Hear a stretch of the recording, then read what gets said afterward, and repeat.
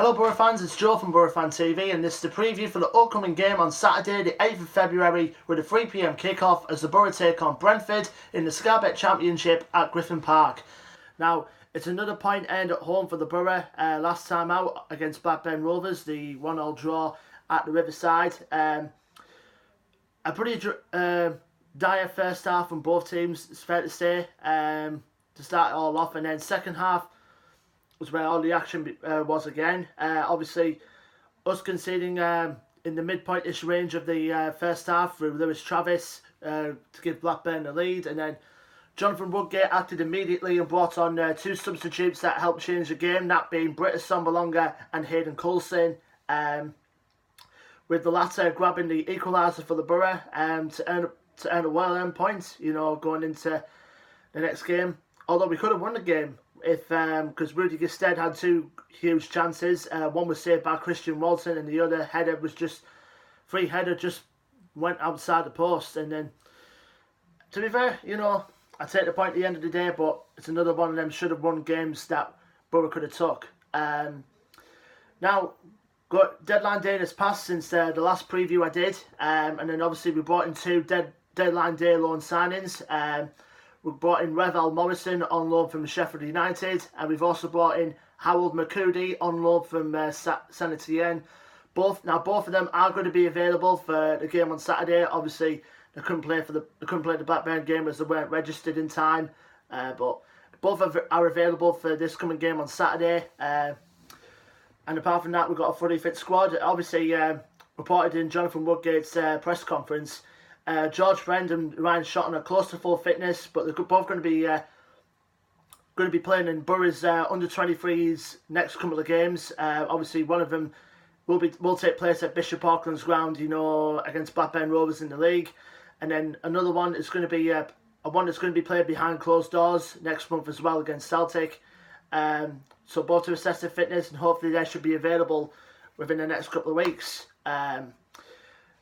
As we're now going into our opposition, Brentford. They're on an amazing run at the minute. They look like they're going to be shoo-ins for the playoffs at the moment. They might even be dark horses, in fact, in my opinion, for the playoffs, in fact, considering where they are. Also, this is going to be the last game for Boro at Griffin Park, the current home of Brentford, before Brentford move into their brand new stadium, just up the road from Griffin Park, in fact, for the start of next season. So it's good times looking for them at the minute. You know, the current record at the moment, they currently sit 5th in the championship.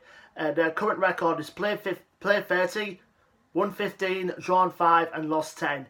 Last game out for them was a 5-1 away victory at Hull, which I watched that game before I went to the Blackburn game, and obviously it was a strange game, but at the end of the day Brentford came out 5-1 winners, you know, much to the delight of their manager Thomas Frank, who's guiding them to a well successful run, you know, for their last season at their current ground. And the players they've got as well, you know, Boro have obviously got to watch out for the front three, which Brentford are calling the BMW front line, which I find a little odd. But obviously, we know what the BMW stands for in the terms of Said Benrahma, Brian Bremo and Ollie Watkins. All three of them are scoring goals for fun at the minutes for them. And obviously, Benrahma is the man in form at the moment after scoring a hat-trick in the last game away at Hull.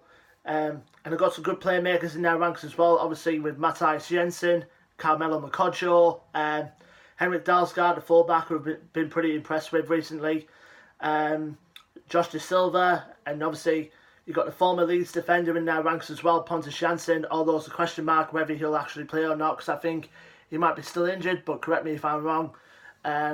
So they've got good players in the ranks if they can build it up, you know.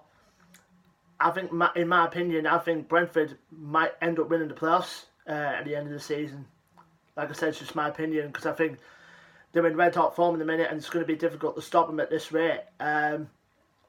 Last game out, when we played Brentford at the first home game of this season for us, back at the Riverside, obviously we got beat 1-0, and Ollie Watkins' goal was the main difference in that game.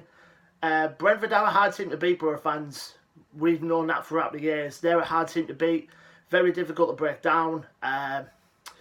You know, considering the fact, you know, they're on red hot form, do you think we can cause an upset and hold Brentford's playoff ambitions this for the game on Saturday, Boro fans? It's going to be a tough ask, but like I say, anything can happen in football.